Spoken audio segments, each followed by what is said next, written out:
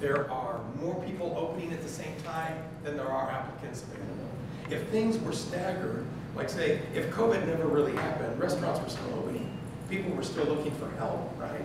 Restaurants, some were still closing, but it's almost like why we have rush hours on traffic. You know, I mean, a rush hour on the freeway. It's when everyone in a short period of time is trying to get on the same ramp, then we've got a problem.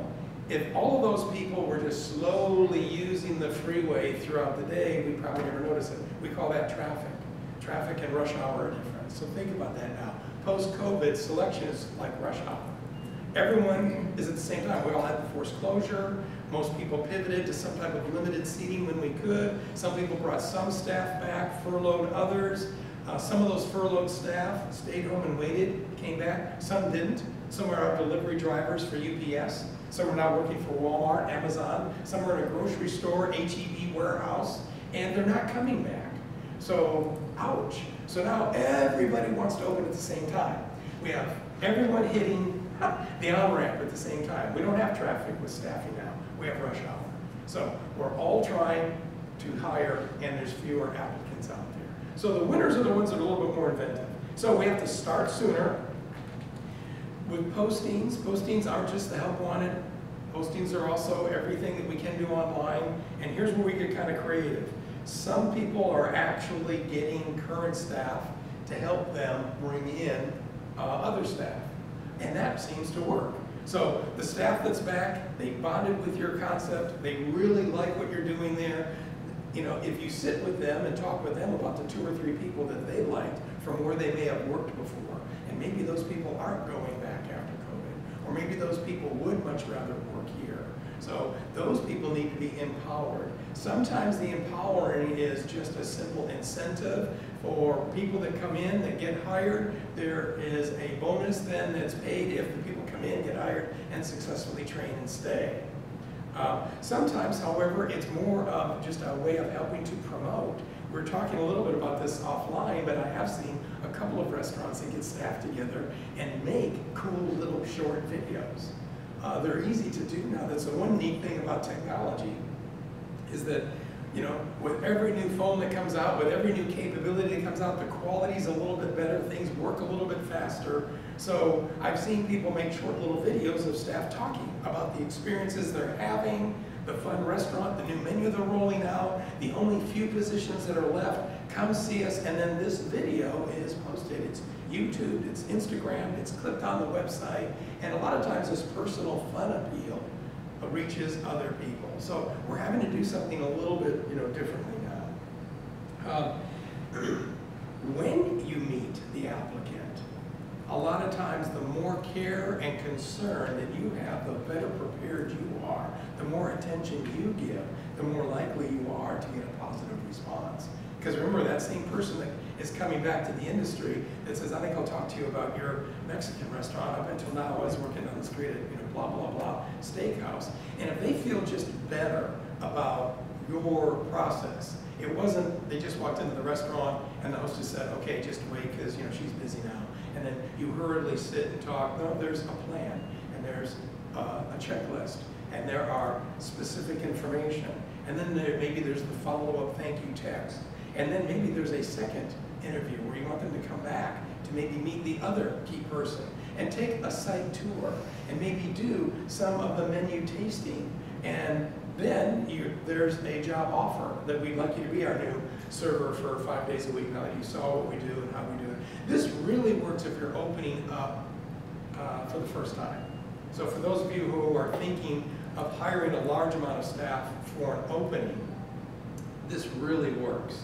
Or sometimes the first interview is a phone verification that we got your online application. Yes, online application. If those of you don't have that, you might want to do that on your website, where people go to your website anyway, they're getting directions, so they say pictures of your food, and there's a question, contact us, where maybe you're going to call the customer for maybe booking a catering party, but right next to it, join our team. Have fun with us. They click there and there's an application. We're currently hiring for servers, cooks, bartenders, whatever. So they have the online application, it's sent, they get a text back saying that it was received, and they get a quick phone call. So they have a little personal contact that goes over that first interview questionnaire. First interview, we're going to spend a couple minutes on that. The difference between a first interview and a second interview. Second interview isn't just a different person, although many times it is. But it isn't just a different person going over, say, the same information. First interview should be more about capabilities. It's where you're looking at your checklist and informing them. Here's the position that you're applying for. Here's what we need. I'm sharing with you details of the position statement, how our cooks work in the kitchen. So what we call a line cook is going to be somebody that does this and also does this, and maybe also shares in prep and works these types of hours and is responsible for what. So you're sharing the position statement. Then you're trying to measure their capability. Where have they, along their lines, done that? Or what do they find about that safe, I've done it 100 times, or challenging that they want to learn for the first time? Do they fit what is needed? Are they interested in what is needed? And did you share everything that is what is needed? That's how you're going to measure capabilities for the position. So now let's say that worked. They're going to come and go into the kitchen and take a tour and talk to a different person for a second interview. So what you don't want is the second interview to be the same thing. Let me look at your application. So that tells me you weren't really prepared for me. I mean, I've already filled out my application, I've already talked to somebody, I answered the questions, I've heard the position statement. So what I'm really interested in now is more information. You're wanting to interest me. So the way you do that is you're giving them a tour and you're asking them open-ended questions. That's the second interview. So you look at your second interview checklist, and your second interview checklist isn't about capabilities. You've done that, don't repeat yourself. You'll lose the applicant. It's about characteristics. So what you're interested in now is things that they like about this industry, things that maybe they liked about their last job, things that they've learned, things that they would want to learn. What are the 2 or 3 things you can tell me you've learned so far that you're very proficient at? What are the 1 or 2 things that you would really like this job to teach you that you don't know yet? What did you like most about your last job? I noticed you were there for a couple of years. What did you like least? How do you respond best to being a part of a team? What do you like out of your leader? You know, what motivates you best? So this way, they're having a conversation now. Wow, I hadn't been asked that, but now that you brought it up, you know, and so you're measuring their interest. I always like asking them when they're not busy working, what do they like to go eat? You know, what's their favorite food? So then, especially if it's a service position, when you're out, how do you judge the experience? Well, I'm a real bugaboo for whatever, cleanliness. I don't like it if it's too loud. Or, you know, I don't really like servers that aren't paying attention to me here. It really bugs me when the only 2 servers in the restaurant are always in the corner smacking gum, talking about their boyfriends, and I'm sitting there with a cold cup of coffee. You know, get them to talk about all the things that you're obviously going to want them to be aware of and never do. So you're not having to tell them, they're telling you. So they're telling you about restaurant experiences, customer service, and you're able to then make a note of their characteristic, their interest level, their personality, how they're going to fit. See, so it's kind of like first interview is all about the what's. Here's what the job is, here's what you've done, does it fit? The second interview is measuring all the hows. Here's how we work. You know, here's how we measure our customer service. Here's how they have a good time when they're out. You know, here's how they're going to measure success. Here's how they're going to be motivated. Here's how they're going to be demotivated. So then it's easier to make a decision. Does that make sense? So I think it's in today's day and age, even if these 2 interviews happen in the same day, the idea of having 2 separate types of conversation shows tremendous interest. It also gets you the information that you need. It helps them feel more valuable. These are all good things. Also separates you from the rest, because too many restaurants aren't necessarily doing more than I need this amount of people, this is what I'm paying, I've got the now open sign, so warm bodies come in, they hit the schedule. And so you're developing a point of difference where you aren't just a place to work, you're a place to be. You're trying to create a culture of team. You're creating a positive work environment. So that's just the beginning of the process. We talked about being prepared, the checklist, following a system, and we talked about how to get the process going. So we've got that first interview. We've got that second interview. We've got people engaged. We have people helping us. Okay, so now the good news is we call and we're going to start. What happens next? You know, do we just drop the ball? We had a really good first impression, but now they come in and we're busy, and so we say, okay, you know, it's already Thursday.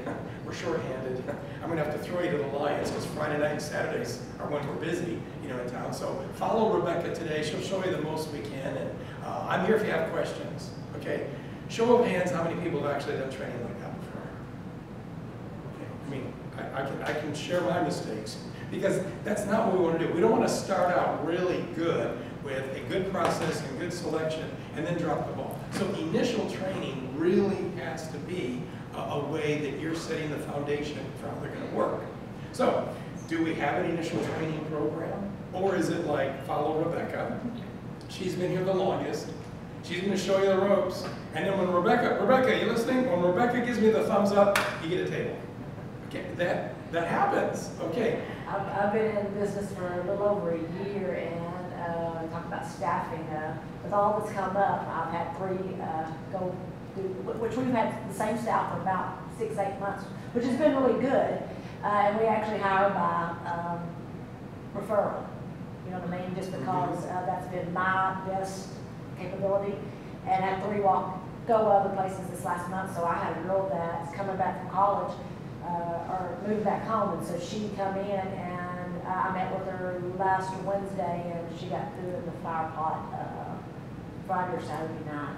And she jumped right in. But, you know, we're a little bit more in the country, so most of the people that I know are on ranches and stuff like that, and they know how that you just go in and whatever comes up, we have to do it. And the girl, she stepped up. This is my daughter, and she had to help train her. And she was on the spot. But she come from another restaurant, so she'd already been waitressing. I mean, just the alcohol, that was her problem.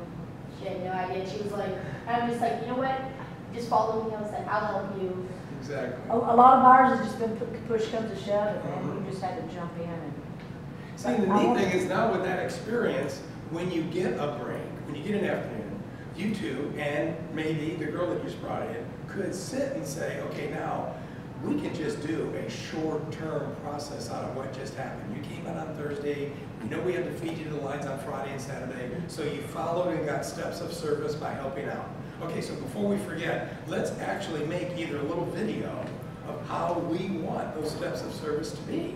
From grading to order taking, confirmation of the order, save room for dessert, suggestive selling, how we want them served, do we do pre-busing? So those things that you just followed and you saw because you just dove in, let's get them documented so that when others come on in now, we've created some consistency. So training doesn't really mean, oh wow, we all have to be like the chains. You know, we're going to try to emulate Olive Garden or somebody that's got 7 different manuals and 3 different tests. And no. Training just makes adaptable to what works in your situation. But it has to be a process, so this one is consistent. So if everyone basically is going to come on in on a Thursday and they're going to have very short training, at least we know it's going to be a consistent program of here's our steps of service. And now, let's just do a little short form menu. A lot of people will do that even after they've opened, you know, where they say before the dinner rush, or maybe it's later at night. After dinner, you're going to come out into the kitchen, and we're going to go get Carl, the lead cook, and we're going to say she's doing menu training. So if there's 2 or 3 marinades that you would really like people to know about, they should be able to describe at the table. If there's something special about our jalapeno ranch, if there is the way we do our breading, you know, differently. Just the 5 or 6 pointers. We're not going to eat the entire 45-item menu, but you're going to have a little short list of this defines my concept. So I would like her to just have a small little cup. I want her to taste the sauce. This is the 4-cheese cream sauce that we make ourselves that we put on our pizza. So you need to be able to describe that. That's a point of difference. You know, we don't call it Alfredo. Okay, it's Mom's 4-cheese sauce, you know, because we make it by ourselves. Okay, so whatever the 6 or 7 key things, sometimes it's a breading, sometimes it's a marinade, sometimes it's our soup, sometimes it's our homemade dressings. So now she has to just take little spoons. She needs to know how to pronounce, how to describe, so that even though I've only been there 2 or 3 days, if you sit at the table, I'm a little more confident that I can comfortably answer a question. Or I can do a suggestive sale because I'm comfortable. You know, the more comfortable people are with the job, the better they do. And how do they get comfortable? Well, they have to just develop a little confidence. How do we develop confidence? A little repetition. You know, it doesn't mean weeks. It doesn't mean we have to emulate the chains. What we have to do is just take what seems to work and then adapt it. So I've seen people do that. I've seen people take their iPhone and say, here's what we're going to do. We're just going to spend a 3-hour afternoon, and we're going to actually do kitchen training. We're going to make videos of exactly how the owners want the main dishes. So 9-inch oval, and we put this on the left. You always put it on the right, okay? It's 4 ounces of green beans, not 6. What's 4 ounces? This ladle, take a picture. This ladle, not this ladle. Okay, so this ladle here, this seasoning here, yeast roll here. If it looks like this, you sell it. Doesn't look like this, smack yourself. So you just make a short little video of those key items. See, so now if I'm hired as a cook, you know, and it's the same thing. It's an aggressive training. We're shorthanded. It's a jump-in kind of thing. So we can go to the prep cook and say, listen, you know, we got the video. We're going to put it on your phone. This is how we build the plates. So if you're on the pantry station, these are the 14 plates that come from pantry. And so you can just look at the picture. Now, the picture is meant for building plates so that you've got consistency going to the, you know, the public. The video isn't for trade secret or intellectual property,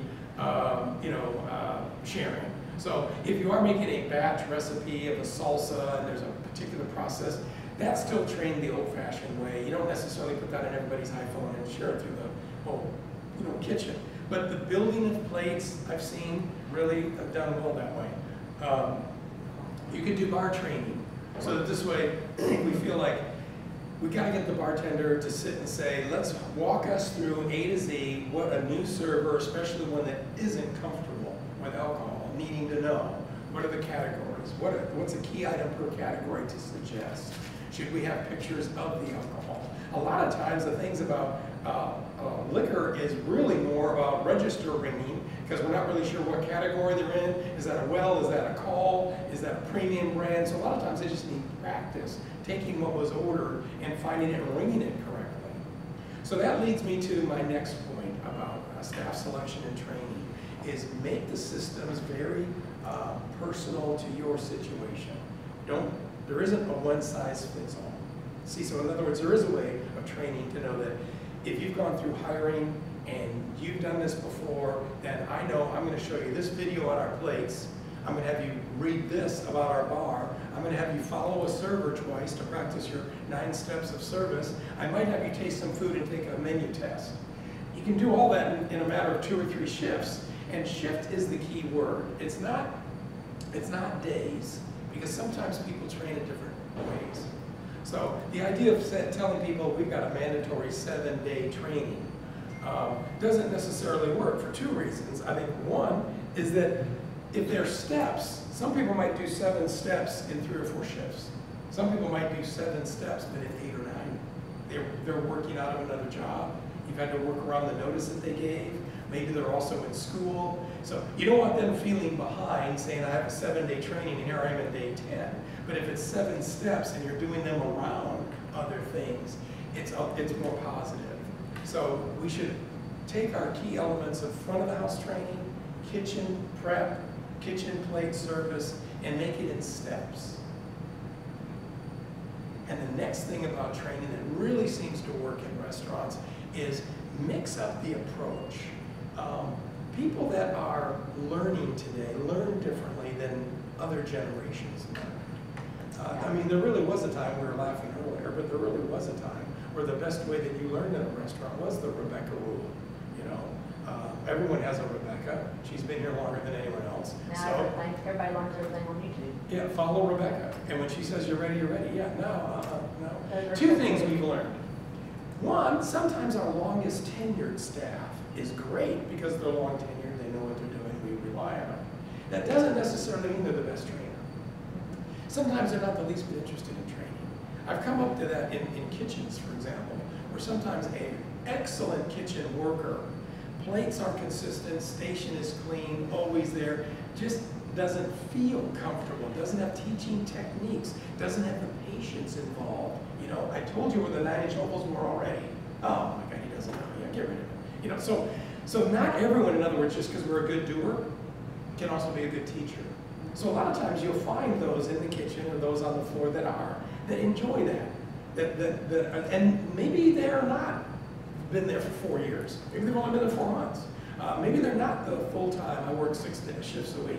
Maybe they only work 3 or 4. You know, but if you get 2 or 3 people that are trainers that actually want to follow your short checklist, have that personal ability to listen, to not get too short when they have to correct, to allow somebody to practice, make a mistake, learn from a mistake. They enjoy the process of teaching, basically. That's the trainers for today. And those are the trainers that will sit with you, have a cup of coffee, and help you develop the program. Say, look, we've got a very short period of time, but we still got to touch all the bases. So what are all the bases? Well, the bases now are touching all the senses. If we really want people to learn, retention seems to go up when we connect with all of their senses. So it really used to be follow somebody, and here's a bunch of stuff to read. We've got this 32-page manual, and it talks everything from the mission and the vision to opening and closing, rules and regulations, what to do, guest handling. It's got the menu abbreviations. It's got all the bar process. So it's a lot of reading.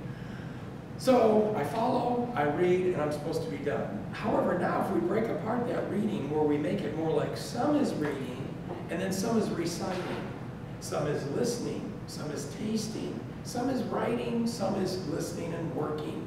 So you mix it up. People seem to have a little bit better opportunity to retain. So that's bringing us right back to the circle of utilizing some video.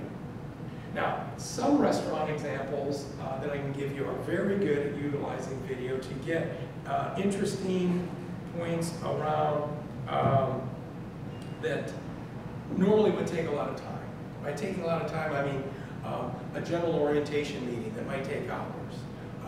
I'm not saying general orientation meetings are bad, but what I mean is a lot of times the owners now make sort of a very short 8 to 10 minute video of welcome, so that whether you're a brand new prep cook, a brand new server, a brand new bartender, you've got this short little video of, you know, welcome to, you know, Tip and Canaries. At Tip and Canaries, we believe in what? And our owners started this because of what? What are all of the goals of the restaurant? We're welcoming you to a part of the team because we judge our success on what happy guests every day, or the freshness of this, or what's the mission, what's the vision, and that can come across a whole lot better now in just a really well set up 8-minute video. So if we do some video, some written, some training, if we engage the people who are going to help with the training in developing our training program, then now we are equally as prepared with our training as you were with your interview. And you've got that point of difference because other independents may not be as polished. The results are phenomenal because people now believe that they belong. They don't just feel like they're that rotation number. I'm going to work here for a little while, it's a job, I get paid. No, you were prepared when you hired me, you gave me great information, you made me feel comfortable. Because I'm comfortable, I'm more confident, I'm doing a better job, so people stay longer and do better when they feel like they've connected. So the 3 E's to remember as we kind